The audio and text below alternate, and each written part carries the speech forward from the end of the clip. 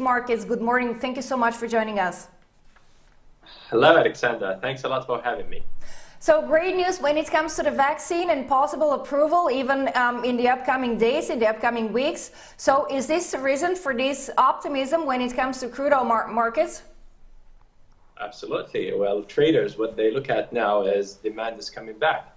And as a result, there was more appetite to investing in crude oil contracts. In the past, before the announcement of the vaccines, we used to see Brent trading at about $40 to $41. And just look at once the announcement of the vaccines. In fact, it's not only the Pfizer and BioNTech, even the Moderna vaccine. We've seen an increase by about $3 to $4 within the 2 days periods, despite the uncertainty surrounding the OPEC Plus extension. Yet I need to highlight that the fundamentals have not changed, but there is kind of a bullish optimism in the markets, and this is really important because it's not only about the fundamentals that drive the market, but also how traders look at the future of crude oil demand. And I believe this has been the major reason why we are seeing this kind of incremental rise in the price. But to have a reflection of vaccines or an impact of the vaccines on the markets, I think we need to wait until the second half of 2021, provided that the vaccine is being readily available on a very large scale, and that will not happen until it passes all the safety measures. There is an article that they published today at Forbes Middle East, and I elaborated on these issues in very details. Well, yeah, that's pretty interesting. But let's say that we base ourselves on the vaccines and the good news. So do you believe there is going to be a price range change in the short to medium term?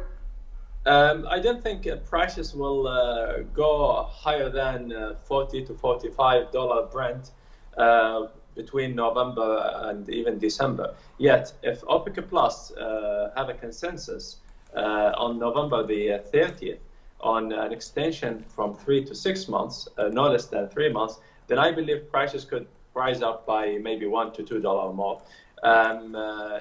But I don't see prices like hitting $50 within 2021, and until we really see the reality of the vaccine having a major impact on the economy, and that means restoration of flying activity, no lockdown, especially in the industrial economies, and if this happens, that means we are really out of the pandemic, or we are on a way to get out of the pandemic. And in this scenario, I believe prices could be $50 and more.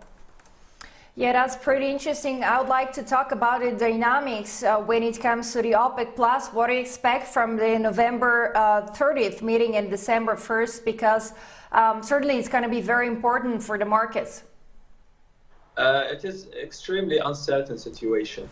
What I can say is that currently we know that there is an alliance between Saudi Arabia and Russia in terms of extending the cuts between 3 to 6 months. We've been hearing statements from both the Saudi energy minister and even the Russian energy minister.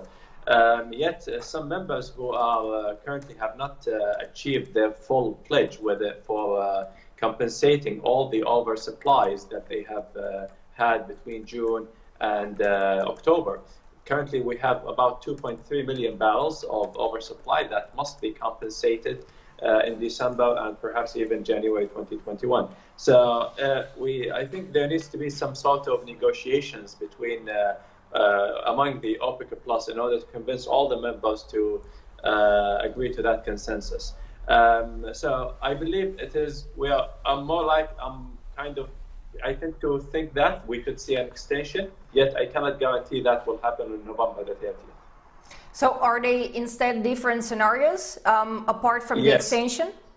And what are they? So I have a scenario where we could see an increase in supply by about 2 million barrels according to the agreement.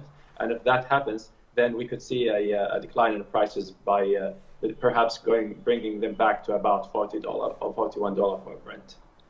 But overall, the worst for the crude oil market is already in the past. Is this what you're saying?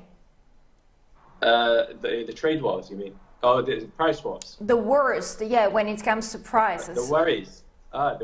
Well, in terms of demand worries, not quite yet. I tend to be cautious because vaccines are not readily available on a larger scale. We still don't know if currently the licenses for the vaccine are for emergency use, and I believe it's going to take at least 1 year so that the vaccines can be readily available for everyone on the planet. So I don't think the demand worries are behind us yet. I think we are still, as I just mentioned, the fundamentals haven't changed, but we're just seeing some sign of kind of a light at the end of the pipe. All right, thank you very much, Youssef Al-Shamari, CEO of CMarkits. Thank you for joining us. Have a great weekend. Pleasure. Thanks, Alexander. So let's talk about another